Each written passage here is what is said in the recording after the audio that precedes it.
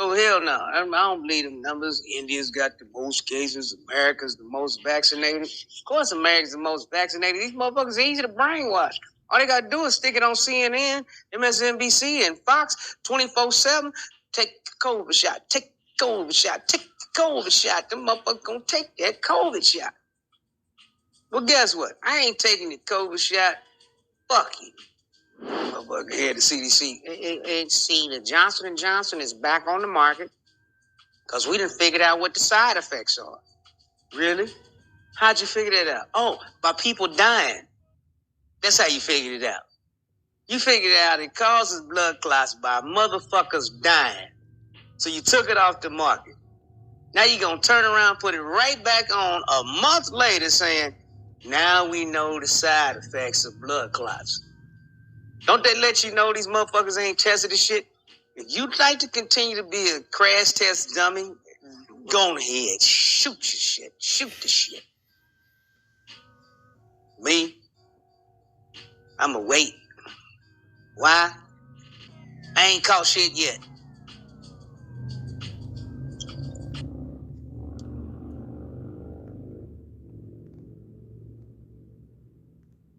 Do DNA studies show no difference between Jews and surrounding Middle Eastern peoples? And inside, it was DNA that disproved the Book of Mormon's claim the American Indians were descended from the Middle East.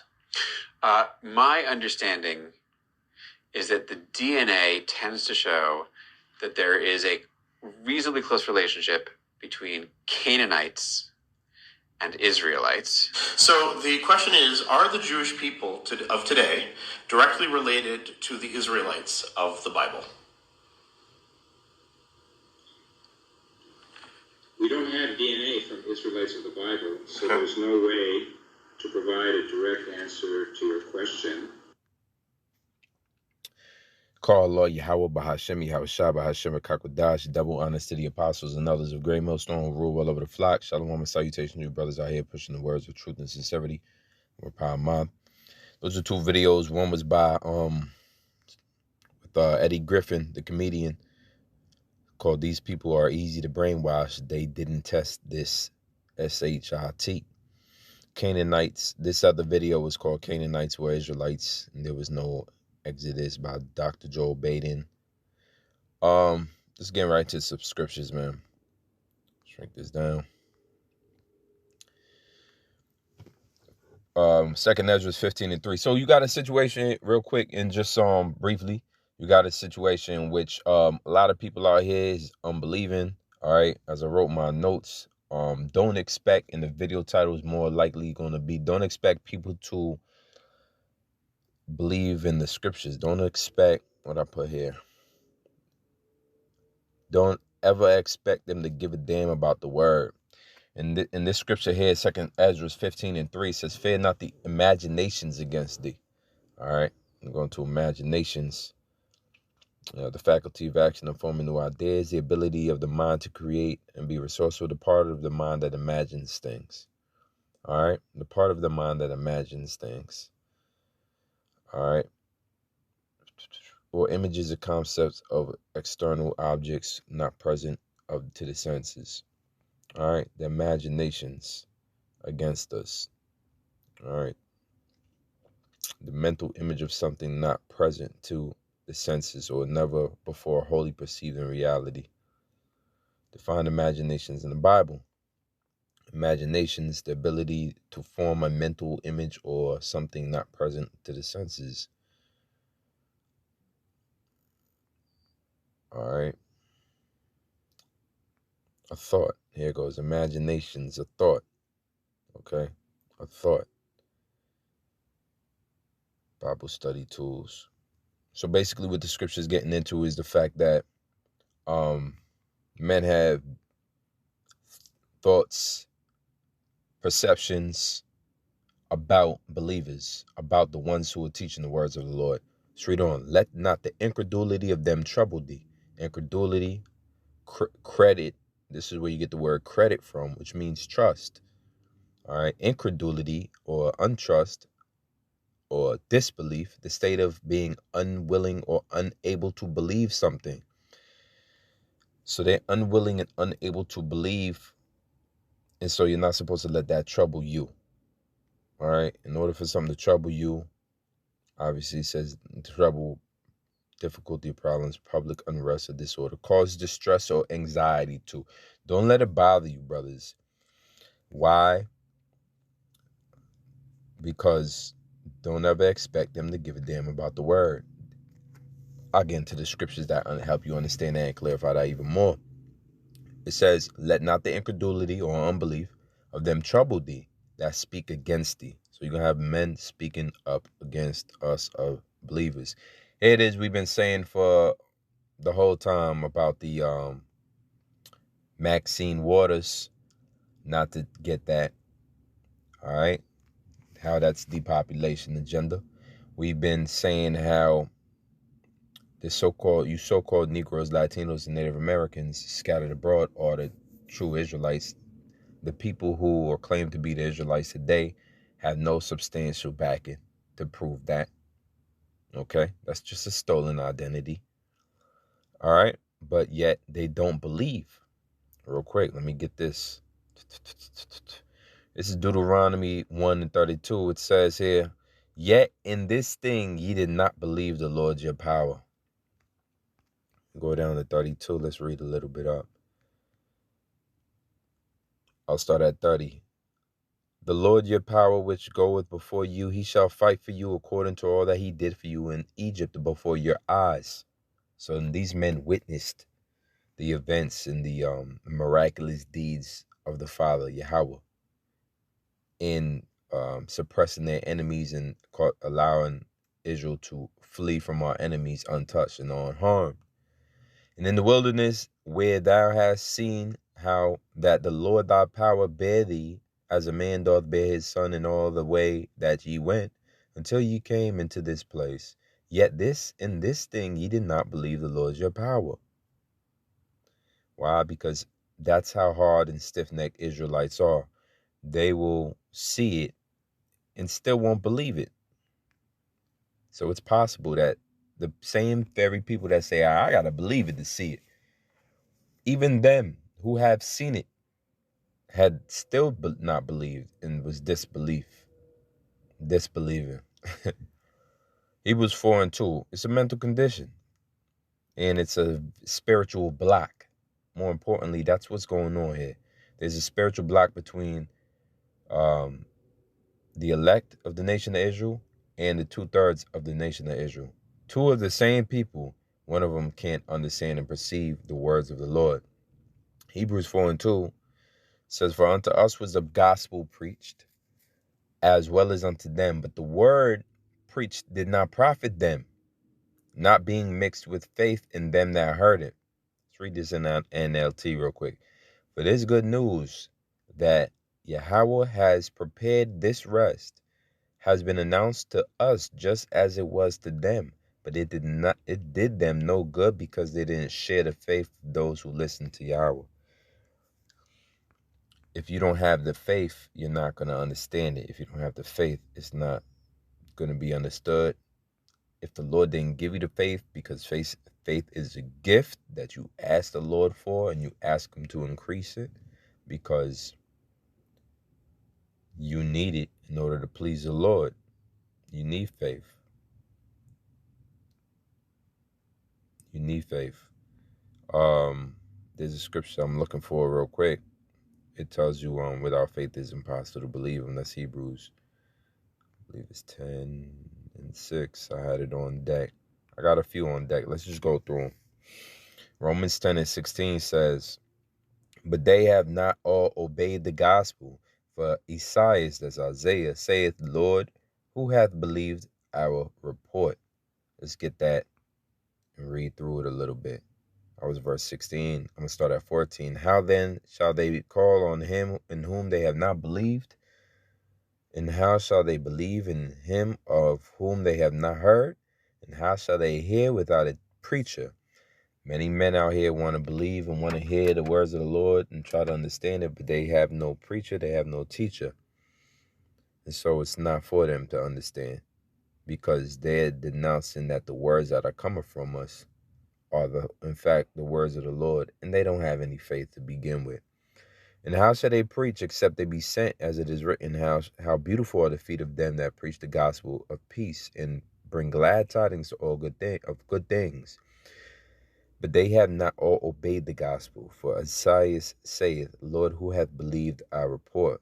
So then faith cometh by hearing, and hearing by the word of Yahweh. You got to be able to hear this word. That means preachers were sent forth, pastors were sent forth, and prophets are sent forth in the time we in today. Not to entertain you, but to give you the words of the Lord so that you can hear, understand, convert, and be healed before the coming of the day of the Lord. And you'll be unmarked. Because when you go into Ezekiel 9, it tells you about a mark, which is a mark of exemption. The men who had the mark, who were sighing and crying in the streets, well, then the ones who will be spared in the day of the Lord, because great wrath and destruction is coming down from on high.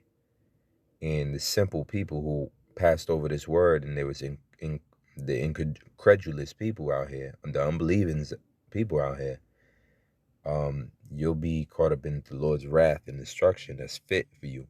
The rest who believe will receive salvation, and that's what Yahweh the Messiah, Yahweh Shah, his son, is sent to do this second time, to redeem and save, physically save the ones that believe on him, the elect. All right. 2 Timothy 2:13 says, if we believe not, yet he abideth faithful, he cannot deny himself. Let's get that in NLT. It says, if we are unfaithful, he remains faithful, for he cannot deny who he is. So the Most High is never going to be unfaithful in his words and his promise. Romans 10:17. So then faith cometh by hearing, and hearing by the word of Yahweh. I read that earlier. 1 Thessalonians 2:13. For this cause also thank we Yahweh without ceasing, because when ye received the word of Yahweh which ye heard of us, that's the word that we push, this truth. This very word I'm reading says, ye received it not as words, as the word of men, but as it is in the truth, the word of Yahweh. Once again, this is not our word. For the men that receive, it's a beautiful thing when a man receives this word and understands these aren't our words. And we say it all the time, but some men, because it's coming out of our mouths and we read it straight from the scriptures, you know, men who aren't supposed to be in this word and supposed to be in this truth and not supposed to be in this body, and the men who are supposed to be destroyed and fit for destruction, they create all type of reasons why they don't want to hear the words of the Lord. They'll either tell us speak from your own mouth, or they'll tell us what version is that. They got an issue with the version of the scriptures, and they got an issue with King James, and they got an issue with they take a art at how we dress, how we speak, how we look, how we present it. They take a art at everything. Don't you know Yahweh Shah came the opposite of how John the Baptist came, but they still was mocked the same. They still was put to death. Why? Because it's the word that offends. It's not us. It says, but as it is in the truth, the word of Yahweh, which effectually worketh also in you that believe. So this is a tool that inspires and continues to work in you. Why? Because Most High ain't done with you. Why? What's he doing? There's a calling. There's a constant calling for your soul to be delivered on Judgment Day if you'll be a part of the elect.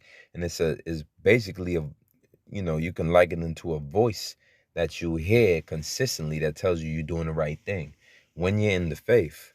Instead of that voice telling you, man, this is just another book.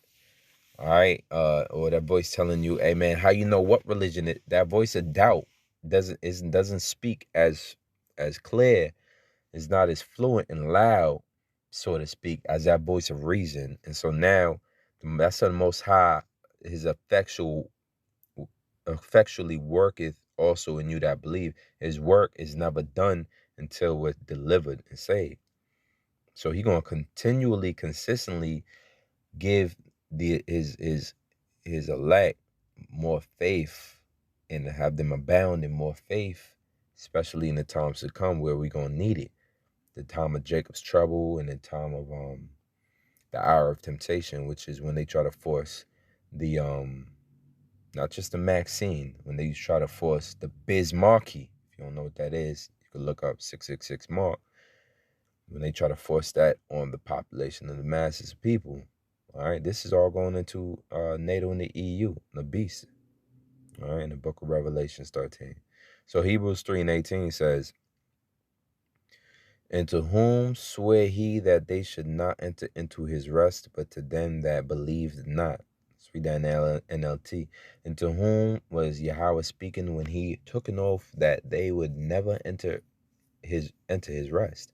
Was it the people who disobeyed him?" All right. And so we understand, right? Let's go into, let's read up a little bit on this. I'm going to NLT, read up a little bit into this. And so this is straight out of Hebrews 3:18. It says, 16, it says, "And who was it who rebelled against Yahweh, even though they heard his voice? Wasn't it the people Moses led out of Egypt? And who made Yahweh angry for 40 years? Wasn't it the people who sinned, whose corpses lay in the wilderness? And and to whom was Yahweh speaking when he took an oath that they would never enter his rest? Wasn't it the people who disobeyed him?" So we see that because of their unbelief, they were not able to enter into his rest. So over and over and over, time and time again, you see one consistent factor that there's a people of the Lord who don't believe, and they get dealt with accordingly. Acts 13:46, it says, "Then Paul and Barnabas waxed bold and said, it was necessary that the word of Yahweh should first be spoken to you. But seeing ye put it far from you, and judge yourselves unworthy of everlasting life, lo, we turn to the Gentiles." Why? Because men have rejected this word. Once again, this topic is, don't ever expect them to give a damn about the word. We just can't expect them to, because all the information, even proven, even come out, even celebrities, even popular people, even us saying it.